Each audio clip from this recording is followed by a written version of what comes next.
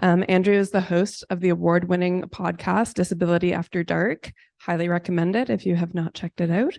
He also has a great Instagram, as well as being a disability awareness consultant and the chief disability officer and co-founder of Bumpin', a sex toy company for and by disabled people. Andrew uses they, he pronouns and identifies proudly as disabled. Their work has been featured on BBC, CBC, Daily Extra, Gay Times UK, Huffington Post, The Advocate, Everyday Feminism, Mashable, Out.com, and several anthologies. He was the subject of an award-winning National Film Board of Canada documentary, Picture This. Andrew has guested on a number of podcasts, including Dan Savage's Savage Love and Cameron Apostosito's Query. He has spoken all over the world on sex disability and what it means to be a queer cripple. And we're very grateful to have Andrew with us today. And I will pass it over to Wilma and we will do the draw for the lovely prize from Good for Her after the talkback. So stick around. Thank you. Hi, Andrew. Welcome. Hello. Thank you for having me. How are you? I'm good. How are you, Mama? I'm doing okay. Not bad for a rainy Friday night in November. Yeah, right. So tell us about your work. Tell us about, maybe I'm going to go back one step. Tell us about how you got involved in this work. I finished school. I went to Carleton U back in 2003 to 2013. I did a BA in law and then an MA in legal studies, looking at the plight of disabled people in the law. And I finished school. I moved back home from Ottawa to Richmond Hill, Ontario. And I was like, oh, fuck, I need a job. I need work. I need something to do. What do I do? And nobody would hire me. And I got to speak with the Honorable David Onley at that point. And I was lucky enough to snag a phone call with him. And I said, I want to do public speaking around disability. And he goes, oh, that's not a job. That's just a hobby. You should look for a real job. And I was kind of discouraged because I was like, oh, but this is what I want to do. Like, this is what I'm good at. I know how to talk about this. And so I went on Vistaprint, I'm pretty sure I borrowed the title Disability Awareness Consultant from somebody. And I put it on a card, put my name there, having no idea what I'm doing. And I said, okay, here's what I do now. Hire me, thank you. And I just started saying that's what I did. And I really created my job and my work out of thin air because I knew that I wanted to speak about queerness and disability, and nobody was doing that at the time. It's a little bit more prevalent now, but still not very much. And I was like, I want to talk about it, so I'm going to make it my job. Amazing. That's very inspiring.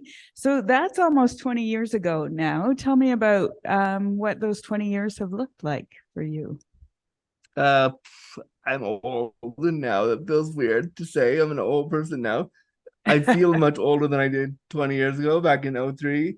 But I've just been, I've been in the freelance space since 2013 doing this, and I was a student before then, really just navigating and learning about how to bring non-disabled folks into my experience of disability, and learning how to talk about disability and learning how to make it something that was accessible to everyone. That's kind of always been my inner motto, is how do I make my story accessible to everyone? I don't expect them to know everything. I don't expect them to know all the terminology. I don't expect them to know all the experiences, but I want to bring them in so they're not afraid of me, so we can actually have a conversation or build a relationship. Okay. And how does that feed into, or how did it lead to your expertise in sex and disability? I think because I wasn't afraid to talk about the hard shit. I wasn't afraid to talk about the stuff that no one else was talking about. You go on my Instagram for more than 5 seconds, I pretty much talk about stuff that no one else is really talking about, or about the body, about how disability feels, about like the inner emotional like realities of being a disabled person and wanting to have sex and wanting to be sexy and wanting to be sexually viable. And I think putting it all out there and being raw and being really honest and being cheeky, like, I call myself a queer cripple. I call myself a bear in a chair. To be blunt, sometimes when I go on sex apps, I'll call myself a big dick cripple. Like, I play with those things, and I play with the fact that I'm disabled to bring people along with me on the journey to make them comfortable. And I think daring to do that and to be provocative in my work has made people sit up and take notice. I mean, it's got me in trouble too, but it's allowed me to play in a world that I don't think a lot of disabled people are doing right now, unfortunately, because of the ableism they've experienced. It's hard for them to talk about sex. Like that documentary that we watched today, I watched it a little bit earlier. I have so many feelings about Evelien and how she was portrayed. And I have so many feelings about all of it, and we'll get to that. But yeah, I think my provocative nature really lent itself to why I do the work I do. Was the world ready for you, and how did you know? I don't think the world is still ready for me. The number of times that I'm asked to talk about what I do, and I'm asked to talk about sex, and I'm asked to do what I do, and the way that I'm sometimes asked to speak about it is people are still not ready because they don't recognize that one day all of us sitting in this room right now, if we're not already disabled, we're all of us, if we're lucky enough to live long enough, disability will become part of our story. So we need to start talking about that stuff now. And so I don't think people are ready for that and ready for my honesty of like, yeah, I'm severely disabled. And yeah, I can't really do a lot for myself, but I still want to have great sex and I deserve that. And I think declaring that to people scares a lot of people off because they're like, what do you mean you want to have great sex? Look at you.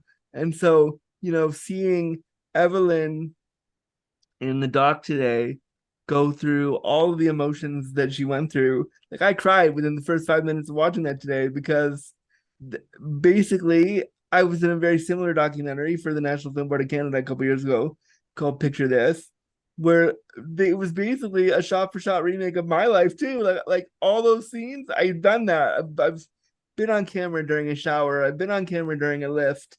I've been on camera talking about how I want to be touched. I've been on camera with a sex worker. Like I've done that. So I knew exactly what she was feeling in that moment. I felt for her when I watched that today. I think we did too. I can only speak for myself, but she's very vulnerable and clearly humbled by the experience. It's really powerful. Yeah. Sorry, go ahead. No, go ahead. Tell me about, so I'm a little curious about your sex toys. Can you talk to us about those? Sure. My sister and I, back in 2018, I know you're like your sister. Yeah, my sister and I, she had seen my documentary, the Picture This from the National Film Board. It went down to Australia and it won some awards there for their queer film festival. And she lives down there, and she had seen it and was like, oh, you're talking about masturbation. I never heard my brother talk about how he couldn't masturbate anymore. And so, and if you want a copy of the film, I can send it to all of you if you want to see it. I have it. I can send you We a would love secret to copy see of it. I'll send it. I'll send Yes, it please. to the people. But so in the documentary, I talk about how I can't self-pleasure anymore, and she saw that, and I went down to visit her a couple months later, and she was like, "We're talking about stuff," and she goes, "Oh, for my ad agency, I have to create a product that's going to change the world. Tell me a little bit more about how you can't self-pleasure." So we're talking about it a little bit, which is weird enough to do with your sister. I'm telling her that I don't have good dexterity and I can't really self-pleasure, and none of the toys on the market work for me. And she was like, "What do you mean there are no toys for you? There must be a toy for you." And I was like, "Well, not really. All the toys on the market have small buttons, and I don't have fine motor skills, and it's really hard for me." And so we talked some more, and she goes, "Well, did you want to make one?" And at first blush, I was like, do I want to make a sex toy with my sister and talk about my masturbatory habits with my sister? At first blush, I was like, no, probably not. But then we decided to take the question of, do people with hand limitations and hand disabilities have trouble masturbating? We took that to Reddit, and 100 people on Reddit came back to us, and 92% of the respondents said, we want a toy like this. It's about fucking time. Where's the toy like this for us? And so we knew that those numbers translated into actually hundreds of thousands of people worldwide due to hand limitations, due to things like disability, old age, arthritis, injury, all those things were limiting people from using sex toys on the market. And we were like, oh, we can do something with this. This isn't just about making a toy for Andrew to masturbate. This is a toy that could change the conversation about sex tech. So that's kind of how it came to be. And now we're just about to start production on our first toy. It's called the Bump and Joystick. Yay. It looks like if you were to, I'm looking at my prototype right now. You can't see what I'm looking at. I can't bring it over to you, but I have it here. It looks like a foam roller and a body pillow had a love child. The top is a soft, cuddly pillow for somebody who doesn't have dexterity to grab onto, and the bottom piece has a peg where you could put a dildo, a wand, a sleeve, anything you want to self pleasure with, and it'll hold it there for you and keep it in place.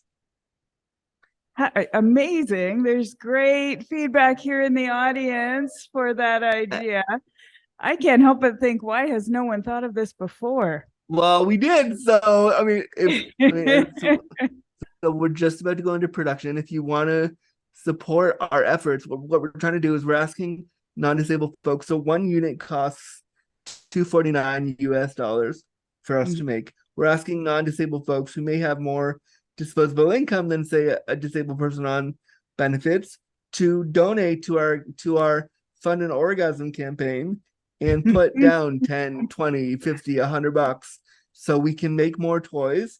And then what we're trying to do when things start picking up again, COVID really shut us down for a while there. When things start picking up again, we're going to donate a toy to a disabled person in need who couldn't afford it otherwise. We're really trying to use our platform to not only say we're making this toy, but we want to give back to the community, because the toy has been, we've worked with disabled people all the way through, from creation and ideation of the toy all the way through to where we are now. A disabled person's been in the room helping guide us, giving us feedback. So we really want to give back to the community. In order to do that, everybody says, oh, I want to do something good for the disabled community. I want to give back. Well, this is how you can do that. And so if you go to getbumpin.com, you'll see a donate button there, and you can donate what you're able to, if you're able to. And if not, just tell people about it. Amazing. I was thinking as I watched the film this evening and previously that it presents an idea that sex and sexual pleasure are really issues of human rights. And I wonder if you have anything to say about that. Yeah, the World Health Organization, as part of what we do at Bumpin', we found out that our wonderful friends at WHO define pleasure as a human right. Now, I'm going to be very careful when I say this. This does not mean you have a right to sex with anybody. It means that you have a right to experience pleasure within your own body. And so our motto is pleasure is a human right, and you have a right to access your own pleasure within your own body. And I do think it's a human right. And I think, these last 3 years of the pandemic, a lot of us went months and months without seeing or touching another person. But disabled people have been like, hey, we've been doing this for years. Like, I'm old hat and not being touched by somebody unless I work with sex workers to have my needs met. So unless I can scrounge up the money for an hour with a sex worker, I don't get intimate touch, and I don't get intimacy or pleasure the way that I want to. So I do think it's a human right. When you don't have access to it, you see how quickly it is a right. For sure. I think the way that Evelien speaks as well about how the barriers that she experiences to pleasure go beyond just the physical barriers that she experiences. Did that one of the things she said in the film that really touched me, ironically, and it's weird that I use that turn phrase. One of the things that really touched me was when she said, all of my touch is transactional. Like that's the phrase where I literally like stopped the movie and I started crying, because I was like, yep, I've been exactly where you are. I know what that is. I know what it feels like to have somebody come in your room, put on a glove, put on a pair of booties, put you in the shower, do their job, touch your junk, and then get out. And that's all it is. And that's you're not allowed to ask for more because you have to protect them, and it's not appropriate. Like you're not allowed, it's a job, it's their job. And so what struck me was when later in the film, when she was sitting down with Thomas, and he Yeah. was saying to her he was saying to her like, I'm not your friend, it's my job. Like that annoyed me because again, I understand exactly what he's saying, and he's right, but how fucking annoying would it must it have been for her to sit in that room and know she would have to pay this gentleman for an intimate experience, which is all well and good, and I applaud her for that. But fuck, wouldn't it be great to have somebody say, I want to be here because I want to be here. I don't It's not my job. It's not something I'm required to do because you're paying me. And like I work pretty closely with, some sex workers in Toronto, and I would say we're friendly, but I'm constantly reminded we're not friends. We're not friends. It's a job. It's a transaction. And I'm so grateful for the privilege of being able to afford that. Also, if you want to support me, paypal.me Andrew Gerzev, so I can pay for sex workers. But I'm very, very grateful that I get to do that. But also it's really painful to think that it's a transaction. It's really painful to think that any intimacy that I get to experience is transactional, and that's hard. And watching her talk about that with him and without him, and seeing her, the part where she was looking at her painting where she wrote nobody will fuck me, and she put the knife through it and started to cry. I felt that was like, that was really important to see. I also had trouble with the doc because I was like, who is this for? Was this for her, or was this for them to show her, to show the disabled person that we never see being sexual? And it bothered me a little bit because I was like, who is it for? Is it for her to love herself, or is it for everyone else to look at her? And so I was conflicted when I watched a couple of times because of that. Sure. Yeah. Yeah. I think that's a reasonable response. Tell me about some of the people you have met and talked to through your podcast. Who do you reach with it? I've gone down to every 2 weeks because I run it by myself. I have no production team. Where you're seeing me sit right now is where I do it. It's from my house. I produce and create the whole show. We're at about 318 episodes right now. And I was just like, can't do it. I can't do it once a week anymore. I need a break. I need some time off. So I've pared it down to once every 2 weeks. But I've talked to everyone from porn stars to disability activists like Judy Heumann. I had the profound pleasure of talking to Judy Heumann, I think last year, and I cold emailed her and said, I love what you're doing. Like, obviously I've seen your stuff.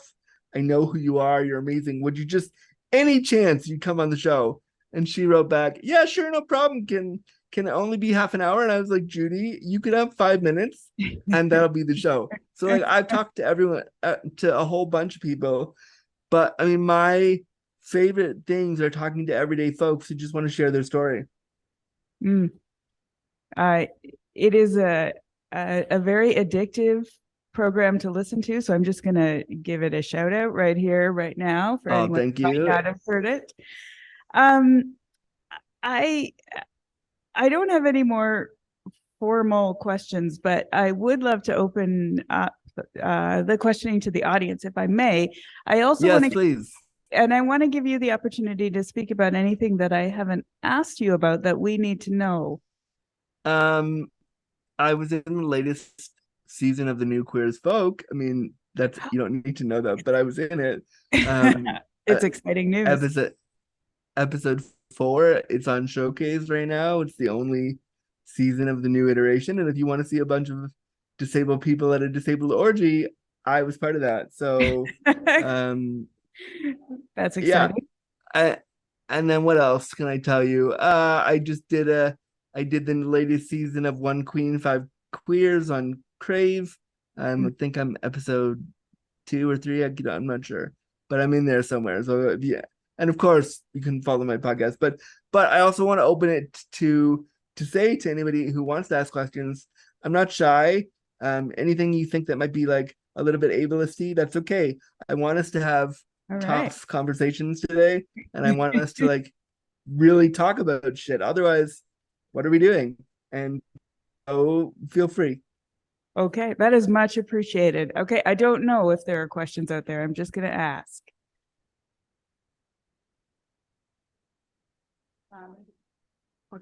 I'll go for one. It's Kimber Andrew, and yeah, with when you watch the film and how it was depicted, is there anything that you would like us to know about, like your experiences that you don't think was reflected in Evelyn's experience, or things that we should be thinking about differently or go beyond? I wanted to see her with her friends. I wanted to see her with I saw her with caregivers a lot, and I saw her with like the people helping her out of the sex shop. But I felt like it was a really solitary film, which maybe she doesn't have a lot of friends. Maybe she's isolated like a lot of us are. But I wanted to see her in a room with a bunch of other disabled friends, just talking. Not so much talking about like how can you afford a sex worker, just talking about like what she wants to chat about and get to know her more as a person. I kind of felt like put her they again do that thing they do a lot in disability film, where they use the disabled person as like, look at this person, look at this, wow, you've never seen this before, wow, and they put a big shining spotlight on them to almost make them not really human anymore. And I feel like they did that a couple times in this film, not intending to, but they certainly did, and it felt unfair to Evelyn. And like, I think watching disabled people shower needs to be like, I've done it a couple times. I get why it's in film. I get why it's important to see that. But also, again, who is that for? Why do I know? I'm sure she gets clean. Why do I need to see it on film? Why? I mean, I would have much rather have watched her and Thomas make out in the shower. That would have been way more exciting than than exploiting her in the shower. I just think you can tell that the film was created with the best of intentions, but it wasn't created with a disabled eye. And I think that was very clear to me when I watched it today. So even in these queer spaces, I feel like we still have to carve out even more space for, say, for like people of color, for folks with disabilities, things like that. So I'm just wondering your experience with this, if you want to speak to it. I hate queer spaces, if I'm really honest with you. I really don't like them. They're really built on a caste system.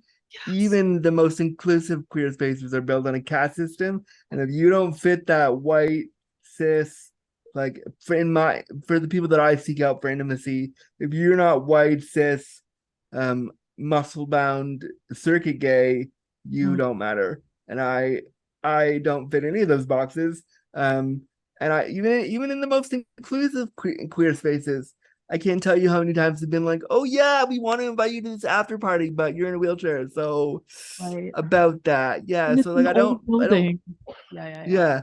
I don't love queer spaces, and I don't love that in queer spaces we're not naming ableism, we're not talking about it, because we seem to think that because we're queer, we can get away with being racist, misogynist, ableist, all these things, because queerness somehow gives us carte rainbow to be assholes. I don't agree with that, and it happens all the time, and I see it all the time. And like, I just wish that queer spaces would realize, and all those people that go to queer spaces to socialize will remember that one day you will be in a wheelchair yourself, and you're still going to want to be queer, and you're still going to want to be around all those people, and you're still going to want to have great sex. And why are we talking about this now? My biggest pet peeve around queer spaces, I've gone off on a bit of a rant here, but my biggest pet peeve on queer spaces is we have the HIV/AIDS cycle all the time. We have HIV/AIDS events at gay bars all the time. Why don't we have the same for accessibility in those same bars? Why can't you put together a bunch of go-go boys and a bunch of like good-looking dudes and a bunch of queer drag queens to do a show, and all the proceeds go to what? accessibility at that bar. How great would that be? Yeah. What And city where do you is live in, Andrew? I'm in Toronto, so I'm not too far from you. Oh, okay, okay. Have you been to Guelph? Not for a long time, but I have. Anyways, sorry, these are irrelevant. I'm good. Thank you, Andrew. Love you. Kisses. Thank you, Rima. And Thank we've given you. Andrew a bit of a wider view. So if you do want to, if you have questions, to make eye contact, Andrew will be seeing you there. You can see us in the top corner right now. So you can go look both ways, but to make eye contact, you need to look at the camera. Yeah. Yeah. Other questions? Yeah. Natty?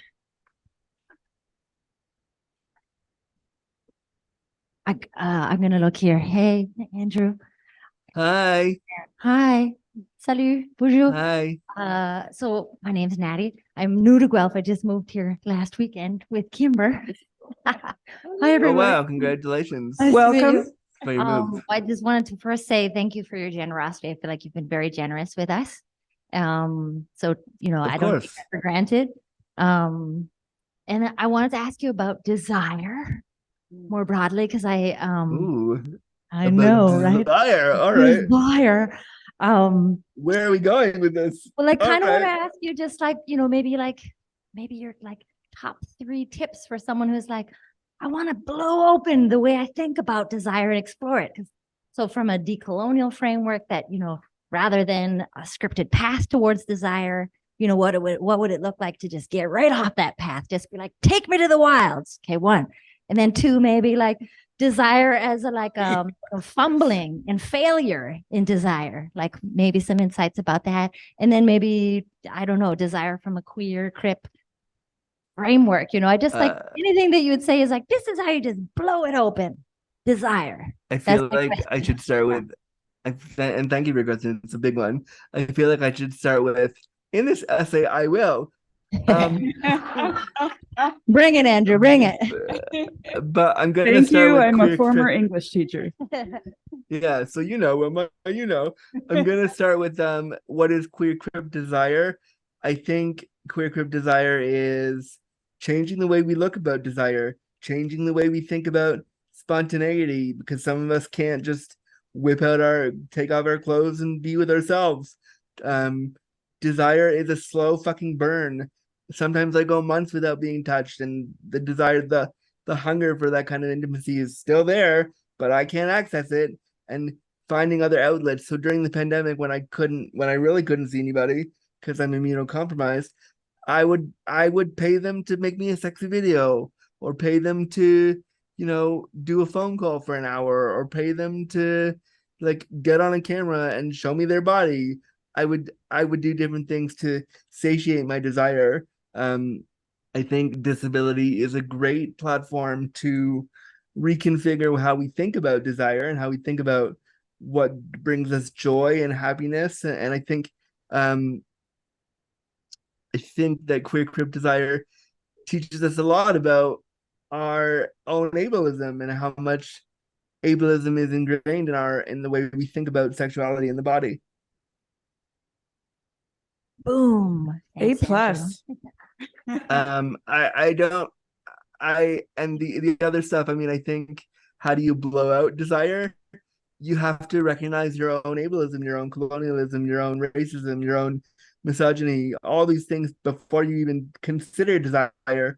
Because when you start playing with desire, all that stuff's going to come out. And if you don't name that before you do anything, you could hurt somebody or yourself. So until you call out your own ableism and call out your own misogyny and call out your own colonialism and call out your own racism and call out your own transphobia and all the things that we have, pretend like we don't have, but we all do when we're down there with somebody, until you call it out and recognize it and say, I need to work on this, but I'm going to work on it regardless of how I feel right now, then you can't really have proper desire until you name the dark shit. And I can't remember the second last part of that question. I think you covered it. Yeah, I think you nailed Awesome. And all the pieces. Yeah. Awesome. Thank you so much. In this essay, I showed that One of the questions I wrote down while I was watching the film was, how is desire complicated? And I feel like you just covered that whole thing right there. So thank you for I asking mean, I would say I think desire is criplicated, but that. Nice. yes. Any more questions? What a super good audience. Okay, I think we can wrap up. We're just about to do a draw for a gift of a vibrator. So we'll Cool. wrap up here. That is a door prize at tonight's screening. On behalf of the film festival, on behalf of myself and the people in this room, I'd love to say thank you so much for your time this evening. It's been a pleasure to speak with you. And I hope that It was a pleasure to be here. I hope we could all check out your podcast and maybe donate to Bumpin' Up and Coming. Please do. Up and coming with a U and two M's. Yes, correct. All right, round of applause for our guest. Thank you, everybody. Yes, thank you so much for being with us, Andrew. This is kind of what I hope for and dream all these conversations go like. So we really, really appreciate yay. it. I'm so happy. It was such a pleasure, and I would love to come back again. Yes, we will definitely have you back another time. Is there any final things that you want to say? You can follow me on Instagram and Twitter at AAGerza. You should all be following me now because I'm the best. You can download Disability After Dark every other Sunday. There's a new one out this weekend, so look for that. And I will send a copy of Picture This to Kimber and the folks here. And if you want to disseminate that, feel free. We will, for sure. Thank you so much. It's been such a pleasure to have you. Thank you, everybody. Thank you. Bye. Have a Thank good night. you.